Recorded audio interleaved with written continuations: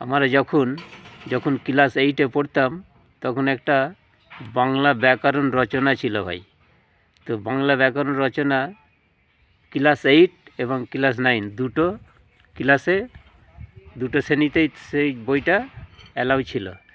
সেই বইটাতে রচনা পড়তাম যে অনেকে এক ব্যক্তি বলছে আমি লেখাপড়া শিখে ডক্টর হব, আর এক ব্যক্তি বলছে আমি লেখাপড়া শিখে বড় ইঞ্জিনিয়ার হব, আর এক ব্যক্তি বলছে লেখাপড়া শিখে আমি বৈজ্ঞানিক হব, আর এক ব্যক্তি বলছে আমি লেখাপড়া শিখে এই কোটি কোটি টাকা ইনকাম করব, বিল্ডিং তৈরি করব।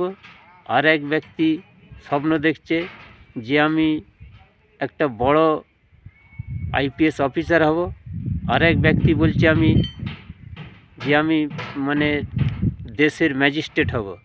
এইভাবে ভাই স্বপ্ন প্রত্যেকের থাকে।